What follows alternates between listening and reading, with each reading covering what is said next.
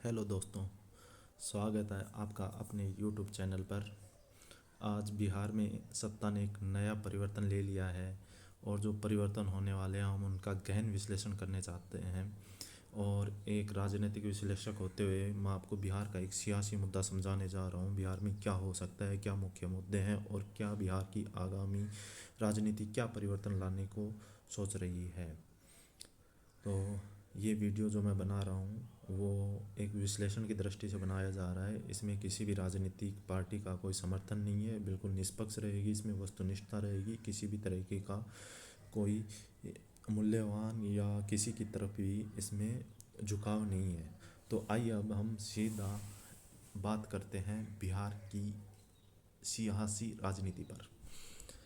आप देखेंगे कि बिहार में करंट में पावर डायनामिक्स क्या है, सत्ता का समीकरण क्या है वर्तमान में। तो देखेंगे बिहार में अभी किसकी एनडीए नेशनल डेमोक्रेटिक अलायंस की सरकार है, जिसके मुख्यमंत्री कौन है? नीतीश कुमार। नीतीश कुमार वो व्यक्ति है जिन्होंने चुनाव में पलटी मार कर बीजेपी के साथ गठबंधन किया और बीजेपी के साथ गठबंधन किया और बिहार में सरकार बनाई। अभी बड़े भाई की भूमिका में है बीजेपी।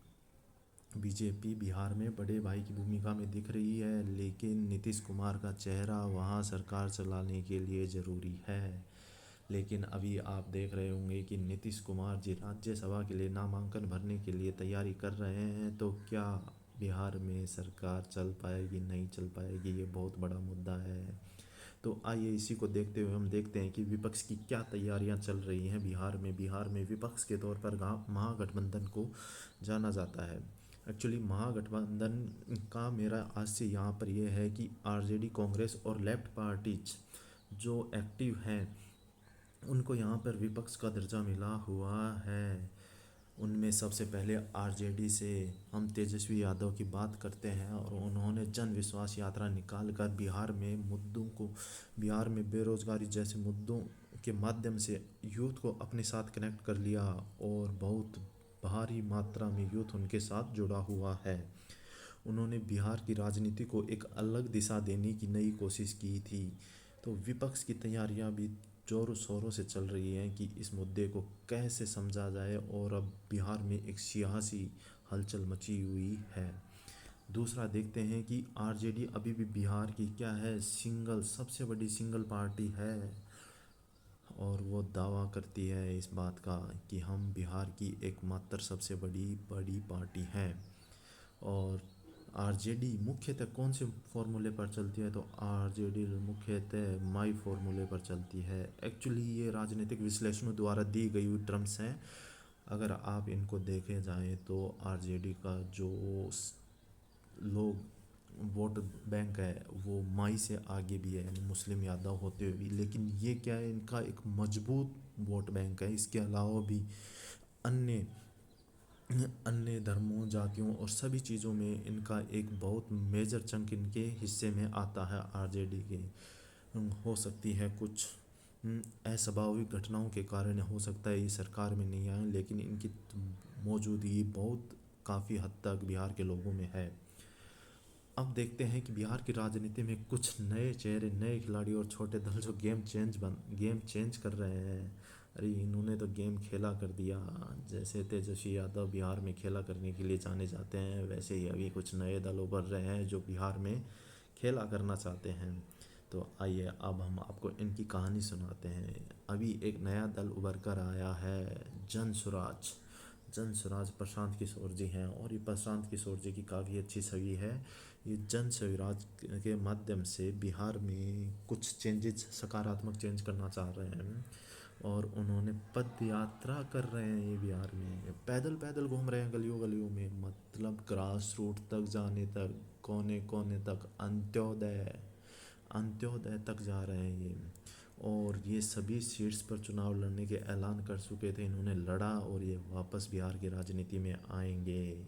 अभी बिहार में एक तीसरा नया चेहरा उभर रहा है, लेकिन जो चिराग पासवान है एलजेपी से, उन्होंने भी लोकसभा चुनाव में बीजेपी को 100% दिया था। उनका स्ट्राइक रेट 100% है, तो बिहार में उनका काफ़ी दमखम बढ़ गया है। तो यानी कि क्योंकि एलजेपी भी एनडीए का एक गठबंधन है, इसलिए बीजेपी में अब उनकी महत्वपूर्ण भूमिका होती जा रही है। लेकिन आइए अब हम देखते हैं कि यहाँ पे मुख्य मुद्दे क्या हैं जो यहाँ की राजनीति को बदलने वाले हैं। तो यहाँ के मुख्य मुद्दे हैं, बिहार की राजनीति में अभी 3-4 चीज़ों के इर्द गिर्द ही घूम रही है, जिनमें मैं बोल सकता हूँ कास्ट सेंसस, जातिगत जनगणना, स्पेशल स्टेटस, बिहार को लेकर बिहार के लिए स्पेशल स्टेटस की मांग, और विकास और बेरोजगारी। तो मैं आपको बताना चाह रहा हूँ कि जातिगत जनगणना एक्चुअली जो महागठबंधन के नेता हैं राहुल गांधी जी के द्वारा, इनके द्वारा उठाई गई एक मांग है।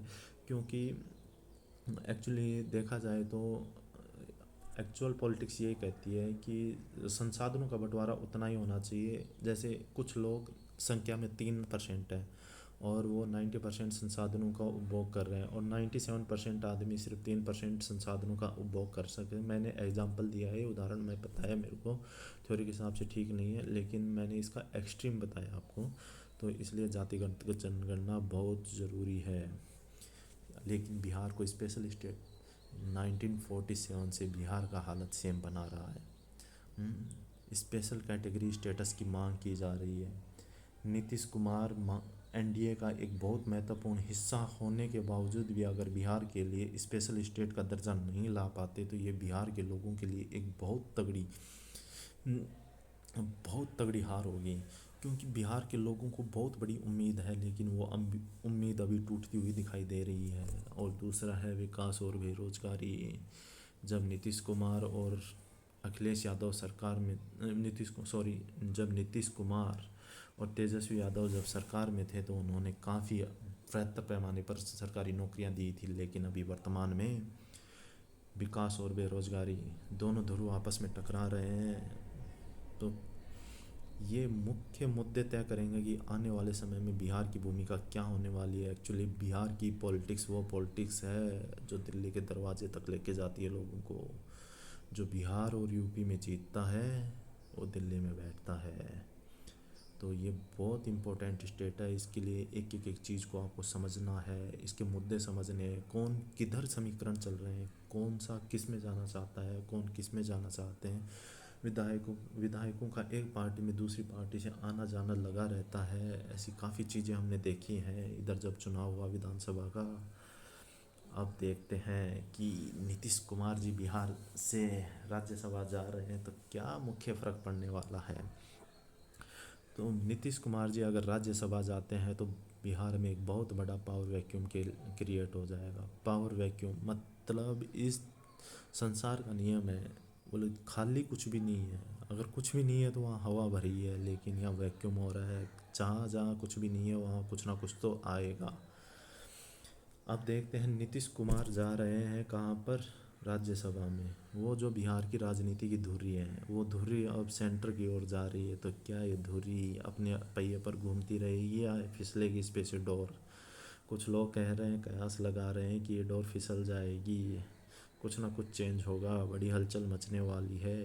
क्या जेडीयू नहीं रहेगी, क्या सरकार ही नहीं रहेगी, नई सरकार आएगी, देखते हैं क्या रहता है, माजरे को समझते हैं। तो सबसे पहला पॉइंट आता है जेडीयू का भविष्य।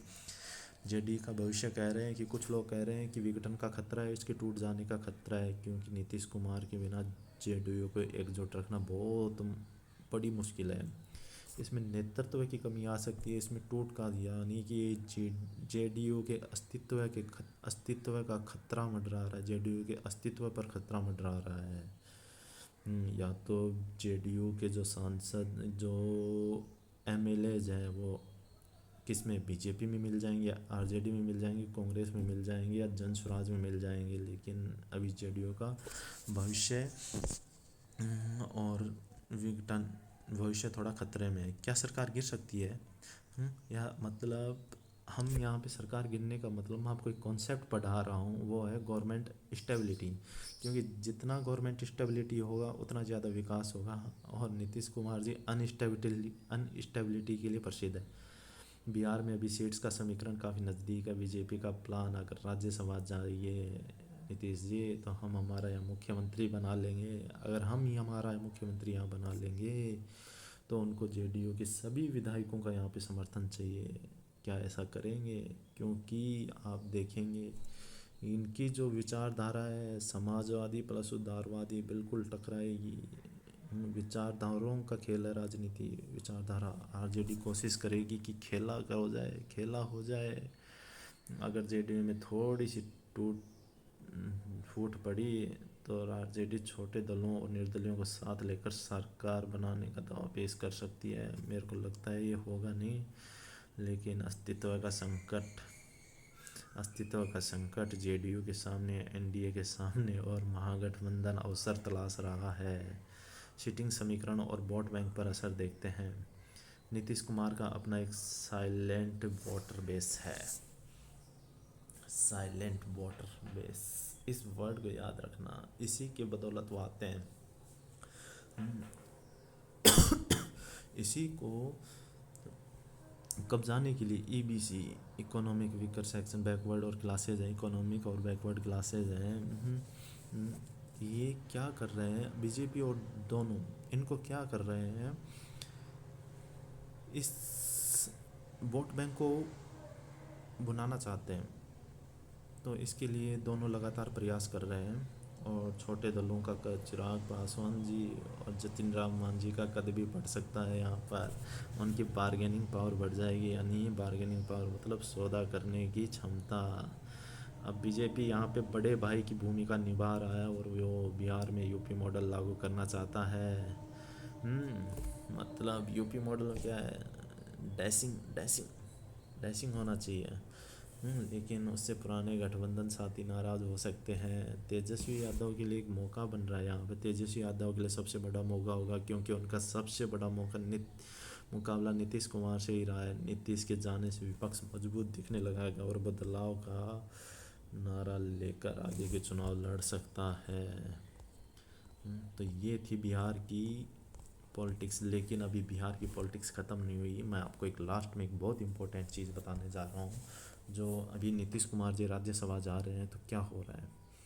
एक्चुअली नीतीश कुमार जी का राज्यसभा जाना, नीतीश कुमार जी का राज्यसभा जाना ये गायब हो जाएगा लिखते ही। और बिहार का भविष्य, बिहार का भविष्य क्या रहेगा। बिहार का भविष्य एक्चुअली नीतीश कुमार जाने जाते हैं अपनी समाजवादी नीतियों के कारण।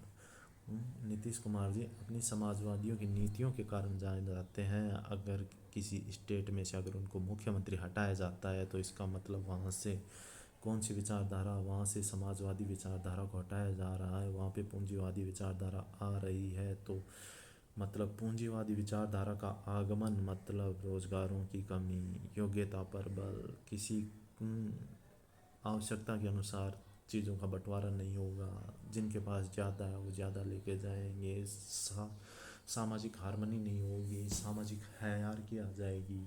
तो ऐसी चीज़ें हैं जो बिहार में अभी अपने को देखने को मिल सकती हैं। तो मैंने ये बिहार को आपको थोड़ा सा समझाने की कोशिश की है। आप वीडियो को पूरा देखना, आपको बिहार की पूरी रणनीति समझ में आएगी। ठीक है, जय हिंद, जय भारत। बिहार की राजनीति में आगे कुछ नया चेंज आता है तो मैं बता रहा हूँ, लेकिन मेरी इस वीडियो को याद रखना, आगे भविष्य में कुछ ऐसा हो सकता है।